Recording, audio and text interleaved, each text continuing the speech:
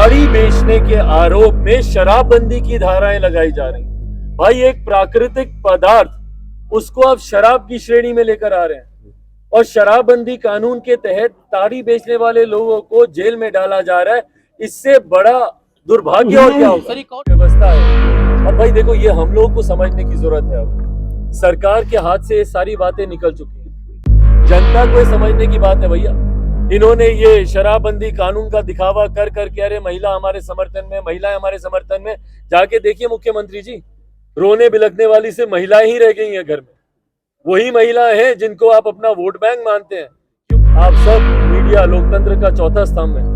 आप लोगों को सरकार की ये पोल खोलने की जरूरत है। जब अगर कोई बीमार है, उसको अगर कोई दवाई नहीं मिल रही है और ऐसे में वो दवाई का दुरुपयोग किया जा रहा है, इस तरीके की अवैध शराब के निर्माण के धंधे में अगर इन सब चीजों का इस्तेमाल किया जा रहा है, तो कहां से आ रही हैं ये सारी चीजें?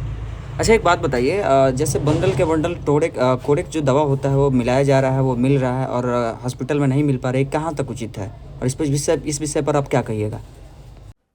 जिनके हाथ में पूरी कानून व्यवस्था है, जिनके हाथ में पूरी प्रशासनिक व्यवस्था है, और भाई देखो, ये हम लोगों को समझने की जरूरत है। अब सरकार के हाथ से ये सारी बातें निकल चुकी हैं। आप सब मीडिया लोकतंत्र का चौथा स्तंभ है। आप लोगों को सरकार की ये पोल खोलने की जरूरत है।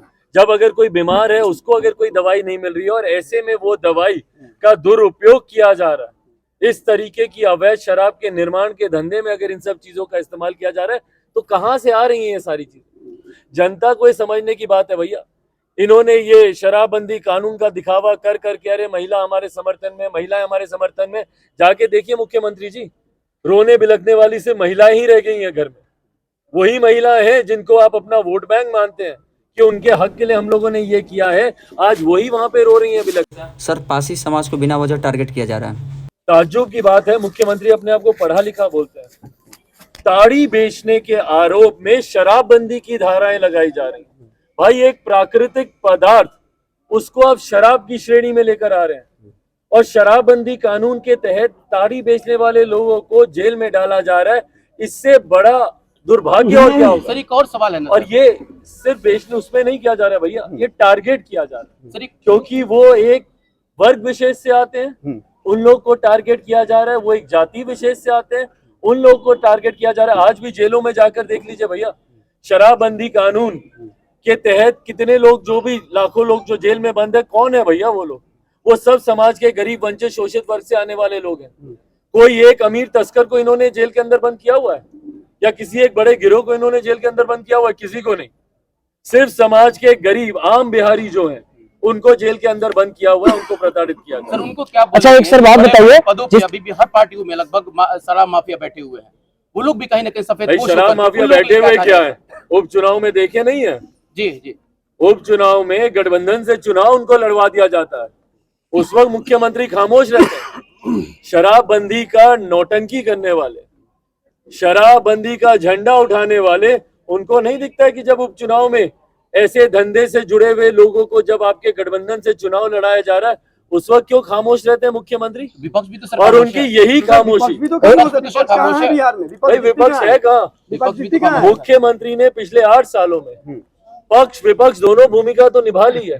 जो विपक्ष में थे, आज से कुछ दिन पहले तक जो लोग हमारे ही साथ घूम घूम कर शराबबंदी कानून के खिलाफ आवाजें उठा रहे थे, इन लोगों को मुआवजा मिलना चाहिए, उनके हक की बात कर रहे थे, राज्यपाल तक जाके मिल रहे थे, आज वही लोग जैसे ही सत्ता पक्ष में आए तो सबके मुंह पर ताले लग गए। तो क्या ये एक और बात बताइएगा चाहिए, इस कानून को खत्म कर देना चाहिए? भाई, आपको क्या लगता है? आपने कहा था सर कि भाई मैं इस कानून का समर्थन करता हूँ और मैं मानता हूँ कि बिहार जैसे राज्य में, जहाँ पे शिक्षा का इतना अभाव है, जहाँ पे लोग नहीं समझते हैं भैया कि ये हानिकारक पदार्थ है, इसके सेवन से कितना नुकसान हो सकता है, किस मात्रा में क्या क्या इसके नुकसान है, नहीं पता लोगों को।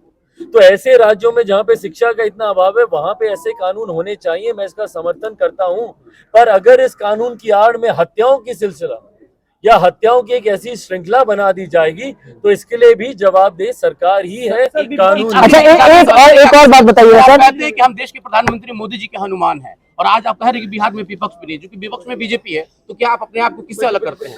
भाई मैं एक अपनी भूमिका में हूँ ना मैं सत्ता के साथ हूँ, ना विपक्ष में आज की तारीख में जो लोग हैं, ना मैं उनके साथ हूँ। लोक जनशक्ति पार्टी अकेले चलो की रणनीति पर पिछले 2 साल से बिहार के गांव गांव में जाने का हम लोग काम कर रहे हैं।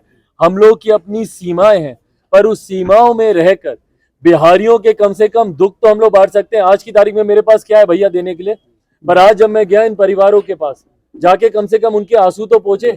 इस दुख की घड़ी में अगर एक कंधा मिल जाता है रोने के लिए, भैया 2 साल मैं भी बहुत कठिन दौर से गुजरा हूं। मैं समझता हूं कि ऐसे समय में अगर आपको एक कंधा मिल जाए वो भी एक बहुत बड़ा सहारा होता है। और जिम्मेदारी मैंने ली है, वहां पे जितने बच्चे जो निःशुल्क शिक्षा करना चाहेंगे, हम लोग की ये व्यवस्था है, हम लोग उनको लाकर यहाँ पे एक बेहतर शिक्षा की आज का जो सर